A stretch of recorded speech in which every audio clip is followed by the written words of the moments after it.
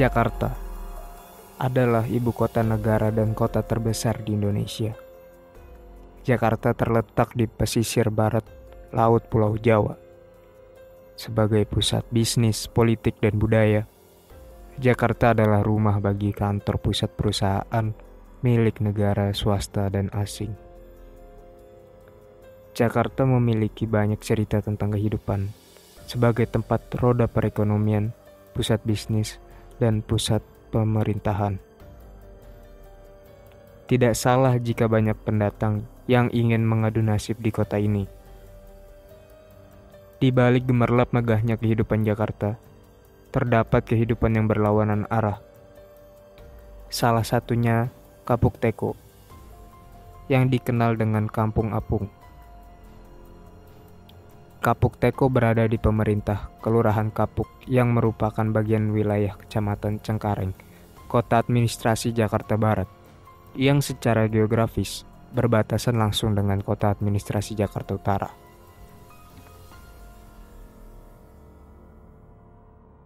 Iya, jadi akhirnya dari namanya Kapuk Teko, nama asalnya berubah jadi Kampung Apung, itu terbranding seperti ya. Jadi media banyak menulis kegiatan-kegiatan masyarakat yang ada di kampung ini, yang sifat kegiatan itu serba terapung gitu dulu. Kita seperti dilihat itu, piara ikan kita di atas air loh itu. Ya, kita piara ikan di atas air itu, bukan di dalam air. Di atas air kita piara ikan, yang sifatnya mengapung, kolamnya terapung. Rumah belajar kita, ada 2 rumah belajar, itu pun konsepnya terapung. Dulu kita punya pertanian pun terapung. Jadi karena banyak kegiatan masyarakat yang sifatnya terapung, dikenallah dengan Kampung Apung.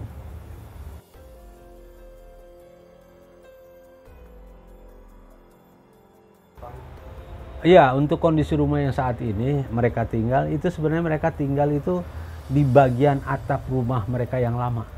Jadi bagian atap rumah yang lama itu dijadikan lantai. Berdirilah mereka di situ. Dengan material seadanya, material bekas seadanya.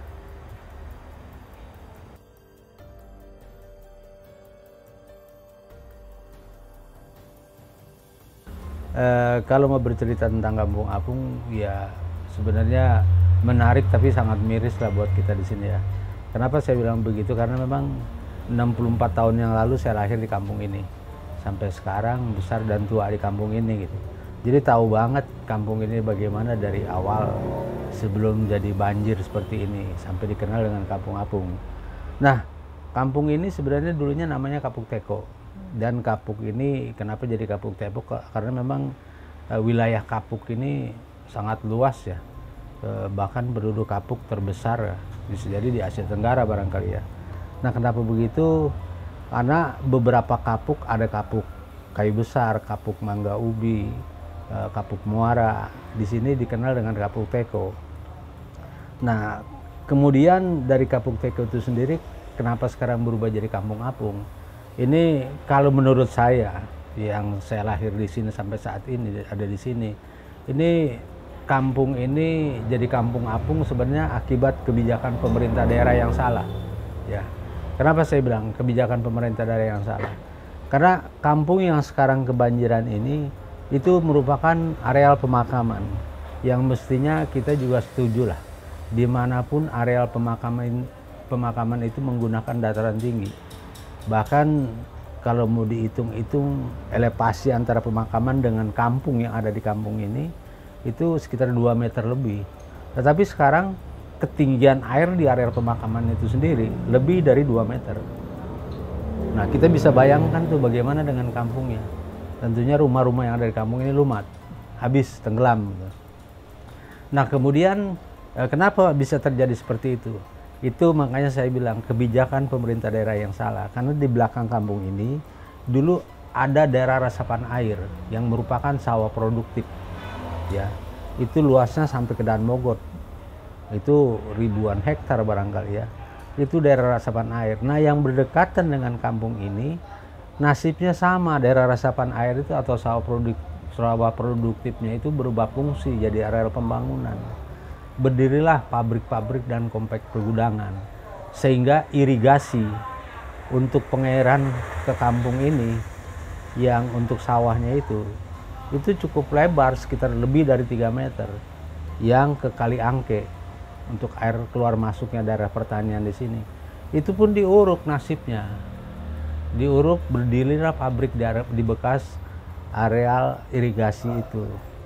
Maka air tuh gak bisa keluar, sehingga keluarnya itu air tinggal mengandalkan got yang ada di depan. Got itu kecil gitu. Maka seiring perjalanan waktu, ketika banjir tahunan, apalagi siklus 5 tahun, maka perlahan-lahan tenggelamlah kampung ini. Maka tenggelam kampung ini nih kurun waktu lebih dari 30 tahun. Ya, sejak 88 udah proses pengurukan di areal sawah produktif atau daerah resapan air, maka 90 itu udah mulai tergenang 2 tahun kemudian. Sampai dengan saat ini, tinggal berhitung kita. Mau berapa lama lagi kampung ini akan tenggelam. Nah, bukan cuma itu. Yang tragisnya tadi saya bilang, sudah 2 nyawa anak kecil di sini hilang. Pertanyaan kita, mau berapa nyawa anak lagi hilang di kampung ini? Akibat kebijakan pemerintah daerah yang salah. Yang mestinya ketika dia bangun areal industri, komplek-komplek pergudangan, dan komplek dan terus pabrik-pabrik, itu kan mestinya IMB-nya itu disertai dengan izin mendirikan bangunan, itu kan disertai dengan bagaimana dengan salurannya, terus AMDAL dan sebagainya gitu kan. Itu kan ada harusnya. Itu.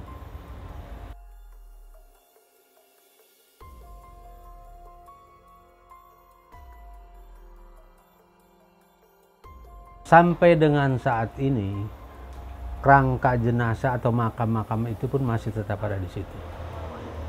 Iya, itulah hebatnya pemerintah.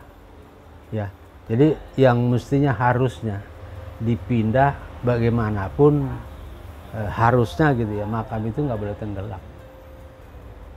Jadi makam yang ada itu sampai sekarang tetap ada di situ.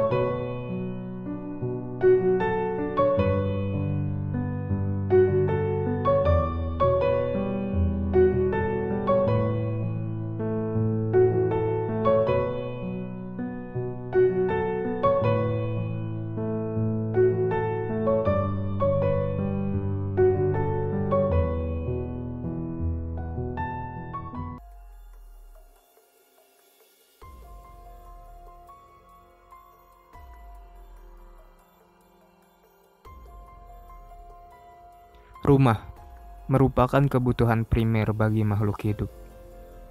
Rumah menjadi tempat tinggal untuk berlindung dari cuaca luar dan tempat berkumpulnya suatu keluarga.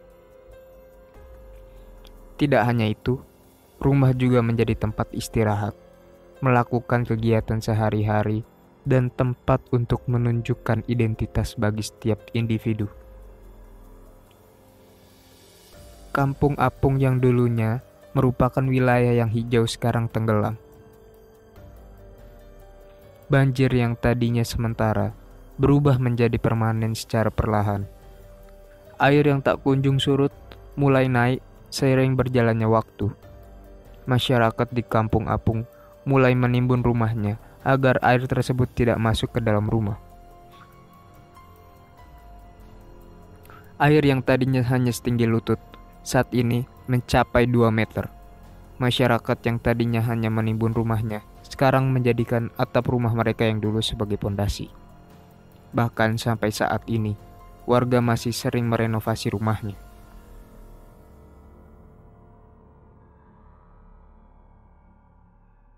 Ya, beberapa kali kita berdiskusi di sini, bahkan Pak Jokowi dari mulai jadi gubernur sampai jadi presiden tahu kampung ini, pernah dialog di kampung ini dengan kita sama-sama. Bahkan beberapa ada menteri waktu itu Pak Salim Segaf Al Jufri juga datang ke sini, menteri sosial.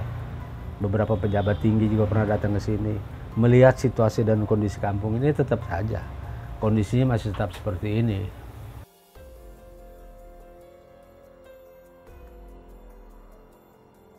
Ya jelas lah, dimanapun tak terbantahkan ya. Namanya kalau air kotor itu ya kena di badan kita, ya tetap jadi akhirnya penyakit gitu ya.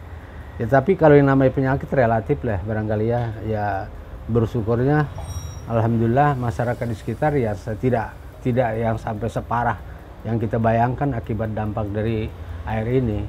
Kalau gatal-gatal sih iyalah, atau kadang diare iyalah, tapi sampai sebegitu parah enggak lah.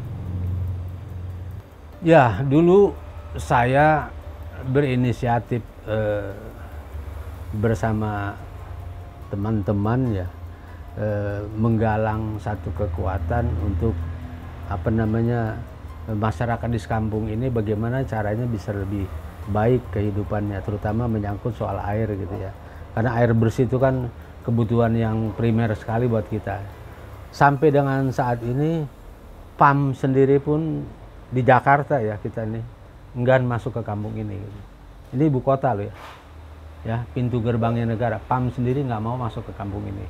Saya juga ngerti, padahal di sebelah kampung ini masuk. Nah di kita sendiri kampung ini nggak pernah masuk. Nah karenanya masyarakat di kampung ini nih, ya konsumsi airnya itu air konsumsinya air pikul, air PAM yang dipikul. Nah kita sendiri pernah buat buat air bersih, ya tidak untuk dikonsumsi sih, ya sekedar untuk bisa mandi dan cuci lebih bagus saja. Sampai kita buat tangkinya, kita buat pompa, itu kita salurin ke kampung. Akhirnya memang karena pencemarannya sudah begitu tinggi, ya nggak bisa terrealisasi dengan baik juga. Sampai boleh dibilang batal lah, karena tingkat pencemarannya udah teramat tinggi gitu.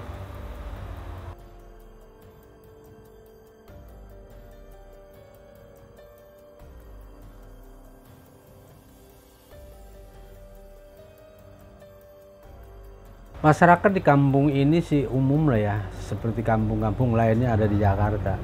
Ada yang dagang, ada yang ojek gitu ya, ada juga yang kerja bangunan gitu. Ya kebetulan saya sendiri pekerja sosial ya. Ada satu lembaga, itu lembaga ambil zakat, saya ada di dalamnya untuk berbagi kepada masyarakat. Nah terkait dengan itu juga masyarakat di kampung ini, yaitu dengan kondisi seadanya, ya sudah mensiasati penghasilan yang dia dapat. Sementara tadi bisa kita bayangkan ya, kebutuhan air dia harus beli gitu. Nah beli yang dimaksud buat saya itu harus beli pikul, air pikul. Air pikul itu kan mahal sekali. Satu pikul itu 6.000. Sedangkan kebutuhan satu rumah tangga itu satu hari 2 pikul loh. Kebayang 12.000, belum lagi untuk mereka makan dan lain-lainnya.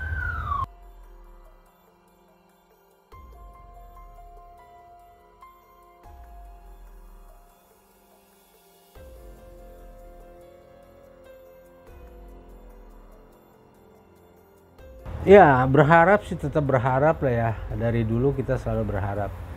Ya mestinya ya kalau kita kembali ke Undang-Undang Dasar 45, hak hidup dan bertempat tinggal yang layak itu dijamin oleh negara di dalam Undang-Undang Dasar ya. Itu kalau nggak salah pasal 28 atau pasal berapa itu. Bisa dilihat ya. Hak hidup dan bertempat tinggal yang layak dijamin. Bagaimana dengan kita? Ya.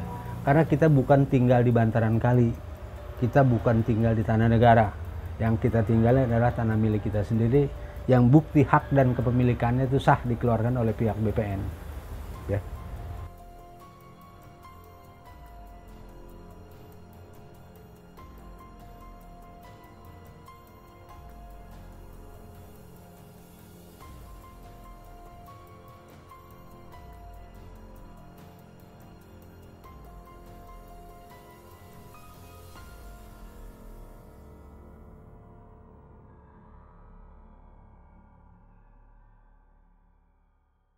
Air mulai menggenangi kampung ini dari mulai tahun 96 sampai saat ini. Pada saat ini kedalaman air di Kampung Apuk itu atau Kapuk Teko itu sekitar 2 meter 50 cm. Ada beberapa faktor, mungkin diantaranya adanya pembangunan kawasan industri perumahan di sekitar kita, dan juga mungkin adanya penyusutan tanah di daerah Jakarta yang diakibatkan oleh mungkin sesuatu hal sehingga kampung ini menjadi kubangan air atau genangan air. Akses warga untuk jalan itu sekarang ini kita memakai jembatan yang dibangun dengan tiang-tiang untuk dibuat permanen atau dicor gitu.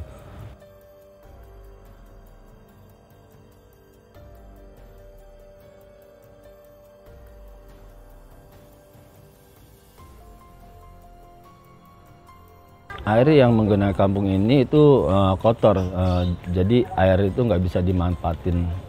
Adapun mungkin pemanfaatannya untuk pembudidayaan lele aja bisa dimanfaatin air ini.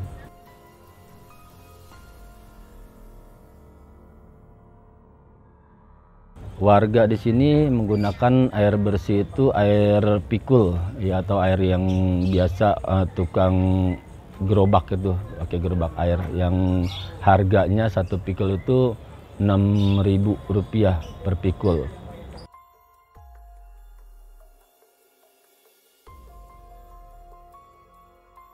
Bantuan dari pemerintah itu bentuknya apa dulu gitu, yang untuk warga. Ya kalau untuk mungkin kebutuhan lingkungan ada dibangunnya rumah-rumah pompa untuk mengantisipasi banjir di wilayah ini. Satu alasan kami di sini untuk menetap karena sudah terbiasa di sini. Karena kami kalau misal direlokasi ke tempat lain atau pindah ke tempat lain, kami harus beradaptasi lagi dengan lingkungan yang baru. Sedangkan untuk mencari nafkah sehari-hari atau untuk kebiasaan sehari-hari kita memang sudah nyaman di sini. Jadi bagaimanapun caranya kita walaupun kerendam kita antisipasi atau kita membangun rumah-rumah kita itu dengan berbagai cara di sini.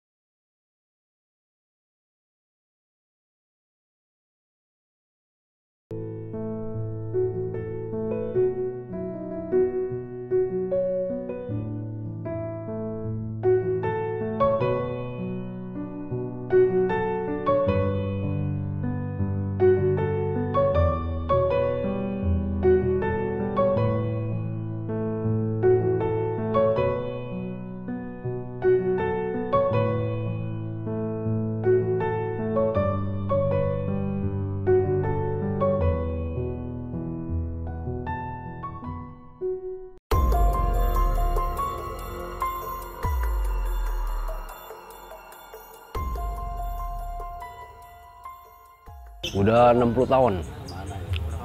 60. Dulunya tanah ini paling tinggi daripada di utara, itu lebih tinggi di sini. Dulu di utara itu sawah-sawah semua. Setiap hari kita pakai 3 pikul kali 6. Seminggu lah, seminggu. Satu enak, ACC dekat, ke kota dekat, ke Kamal dekat. Lagian adem tempatnya di sini. Orang yang pindah, yang kontrak di sini, yang udah pindah kemana-mana, balik lagi kemari ya. Berarti kan kampung kita kan aman. Saya sekarang udah di rumahnya jadi pengangguran, kerjanya serabutan. Jadi nggak melakukan kegiatan. Nggak, kegiatan ini ngurus lele aja. Menambak lele.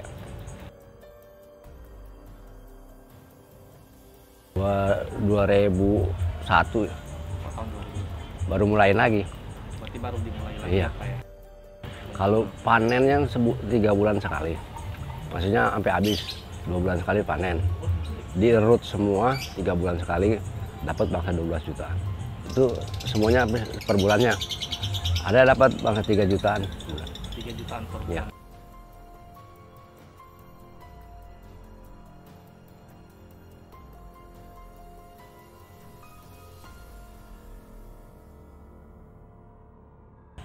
Ya saya sih mintanya itu kan ada apa tanahnya tanah wakaf. Saya mintanya dibikin sekolahan itu diuruk, dikeringin, diuruk. Saya minta bikin sekolahan SMP sama SMK sama pemerintah. Di kampung kita ini di kelurahan kampung nggak ada SMP negeri sama SMK, nggak ada. Yang ada ya macamnya kayak yayasan-yayasan semua.